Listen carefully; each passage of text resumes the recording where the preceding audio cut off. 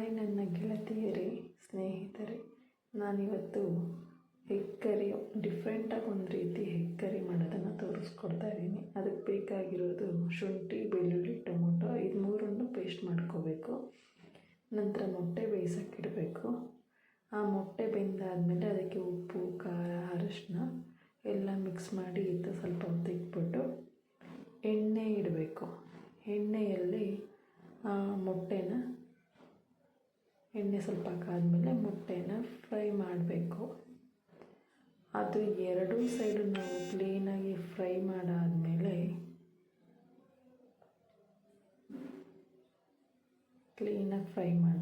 ಎರಡೂ ಸೈಡು. ಅದನ್ನು ಫ್ರೈ ಆಗಿದೆ. ಈಗ ಸ್ವಲ್ಪ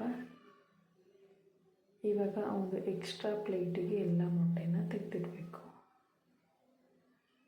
ತೆಗಿತಾ ಇದ್ದೀನಿ. ಅದು ಕೆಳಗಡೆ ಸ್ವಲ್ಪ ಅಂಟ್ಕೊಂಡಿರೋದಿರುತ್ತೆ, ಪರವಾಗಿಲ್ಲ, ಅದು ಮೊಟ್ಟೆನೇ ಸ್ವಲ್ಪ ಸೀದಿರುತ್ತೆ. ಅದು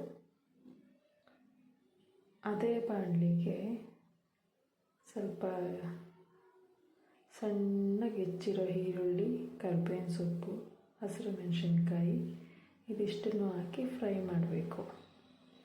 ಸ್ವಲ್ಪ ಕೆಂಪುಗಾದ್ಮೇಲೆ ಈರುಳ್ಳಿ ನೋಡಿ ಈ ಥರ ಫ್ರೈ ಮಾಡಬೇಕು.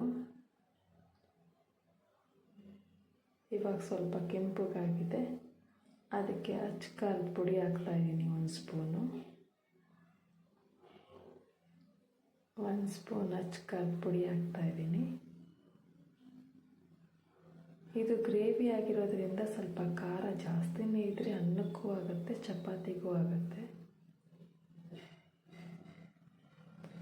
ರುಚಿಗೆ ತಕ್ಕಷ್ಟು ಉಪ್ಪು ಹಾಕ್ತಾಯಿದ್ದೀನಿ. ಆಮೇಲೆ ಎವರೆಸ್ಟ್ ಅವರು ಕಿಂಗ್ ಮಸಾಲ ಹಾಕ್ತಾಯಿದ್ದೀನಿ ಸ್ವಲ್ಪ.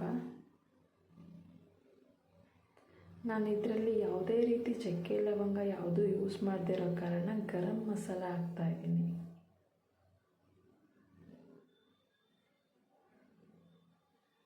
ಇದಿಷ್ಟನ್ನು ಸ್ವಲ್ಪ ಎಣ್ಣೆಲಿ ಫ್ರೈ ಮಾಡ್ಕೊಳ್ಳೋಣ. ಆ ನಂತರ ನಾವು ರುಬ್ಬಿಟ್ಟಿದ್ವಲ್ಲ ಆ ಪೇಸ್ಟ್ನ ಇವಾಗ ಬಾಣಲಿಯಲ್ಲಿ ಹಾಕ್ತಾಯಿದ್ದೀನಿ.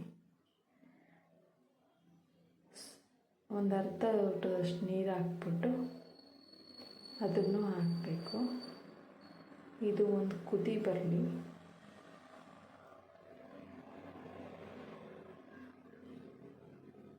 ನೋಡಿ ಫ್ರೆಂಡ್ಸ್, ಈ ಥರ ಇರುತ್ತೆ ಗ್ರೇವಿ. ನೋಡಿ ಇವಾಗ ಒಂದು ಕುದಿ ಬಂತು. ಈಗ ಕುದೀತಾ ಇದೆ. ಇದಕ್ಕೆ ಸ್ವಲ್ಪ ಕೊತ್ತಂಬರಿ ಸೊಪ್ಪು, ಸ್ವಲ್ಪ ಪುದೀನ ಸೊಪ್ಪು ಹಾಕ್ಬಿಟ್ಟು ಮಿಕ್ಸ್ ಮಾಡಬೇಕು. ಇವಾಗ ನೋಡಿ ಹಾಕಾಗಿದೆ, ಮಿಕ್ಸ್ ಆಗಿದೆ. ಒಂದು ಸ್ವಲ್ಪ ಕೊತ್ತಂಬರಿ ಸೊಪ್ಪು ಮೆತ್ತಗಾಗಲಿ. ಸ್ವಲ್ಪ ನೀರು ಕಮ್ಮಿ ಇದೆ ಅನ್ನಿಸ್ತು, ಅದಕ್ಕೆ ಸ್ವಲ್ಪ ನೀರು ಆ್ಯಡ್ ಮಾಡ್ತಾಯಿದ್ದೀನಿ ನಾನು. ಆಮೇಲೆ ಇವಾಗೆಲ್ಲ ಚೆನ್ನಾಗಿ ಎಣ್ಣೆ ಎಲ್ಲ ಬಿಡ್ಕೊಂಡಾಯಿತು. ಇವಾಗ ನಾನು ಏನು ಫ್ರೈ ಮಾಡಿಟ್ಟಿದ್ದೆ ಮೊಟ್ಟೆ, ಅದನ್ನು ಇವಾಗ ಆ ಗ್ರೇವಿ ಒಳಗಡೆ ಹಾಕ್ಬಿಟ್ಟು ಒಂದು 10 ನಿಮಿಷ ಚೆನ್ನಾಗಿ ಬೇಯಿಸ್ಕೊತೀನಿ. ಉಪ್ಪು ಖಾರ ಎಲ್ಲ ಸೆಟ್ ಆಗಲಿ ಅಂತ ಹೇಳ್ಬಿಟ್ಟು.